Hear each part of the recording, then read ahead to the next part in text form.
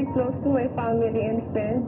Pero napili kong i-cheer yung friend na to kasi gusto ko siya itaas yung spirit niya kasi parang kailangan niya ngayon. At saka, ever since talaga nagkakilala kami, feel ko na parang ayaw ko na siya mawala sa buhay ko. Huwag ka nang umalis kasi mahal na mahal ko siya, as in.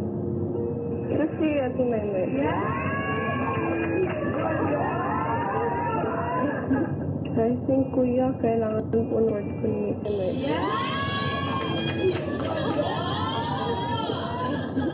I think, Kuya, kailangan po ng support ko ni Ate Maymay after sa lahat ng problem na nabigay ko sa kanya.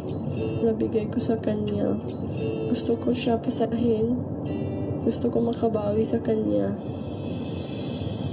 Siya ay matapang, mapagmahal, masipag, at saka maganda. Siya si Maymay. She's my ate, she's my best friend. I've always promised her to always be here for her no matter what happens. And I will help her achieve her dreams. Kahit anong mangyari, andito ako para sa'yo.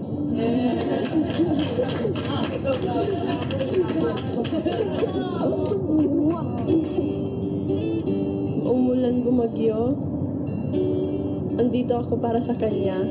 Ano ba? Hindi mo ginaling. Ikaw susunod, Maymay. May share lang ako. Kasi noon, may best friend ako. High school best friend. Nagnako kami. Nagka-problema. Pumunta ako sa Cagayan. College ako, siya 4th year high school. Hindi niya ako maintindihan dahil busy nga. Nag-away na kami kasi hindi na daw ako paramdam. Hanggang sa nawala na siya. Doon ko natutunan na kailangan kong makipagkaibigan sa lahat, hindi lang isa. Tapos, dumating siya. Pagsubok, dumating din. Dumating yung point na nabalik yung na-feel ko noon. Pero,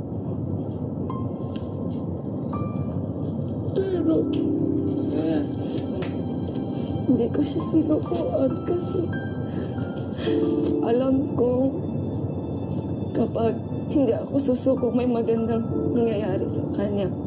Naniniwala ako sa kakayahan niya at kailangan niya ako sa ate. Itong cheer na to, deserve niya to dahil gusto kong sabihin sa kanya na kahit anong mangyari, kaya niya rin maging matatag at palaban. At siya si Eske! Hindi na siya ma-down sa sarili niya. Gusto ko na labanan din yun at tatagan yung loob niya. K! Kaayang-aya! I! Intelligent! S! Sexy! S! Sweet! Gusto kong i-cheer sa kanya na magpakatatag siya kahit na sinasabihan siya hindi siya nag-focus. Maging matatag! Palaban!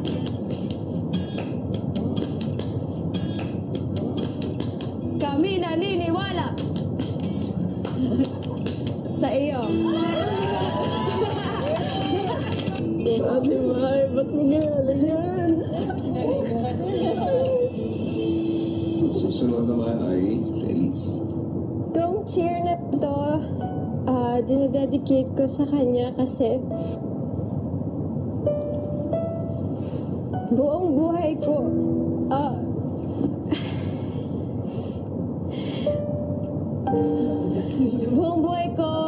kami nagdalawa yung magkasama talaga. Kahit anong gusto kong gawin sa buhay, hindi siya aangal sa akin. Susuportahan niya lang ako. Siya yung talagang cheerleader ng buhay ko. Basta wag lang siya mawala kasi hindi ko kakayanin. Lahat ng ginagawa ko sa kanya, maliit man na bagay, na-appreciate niya.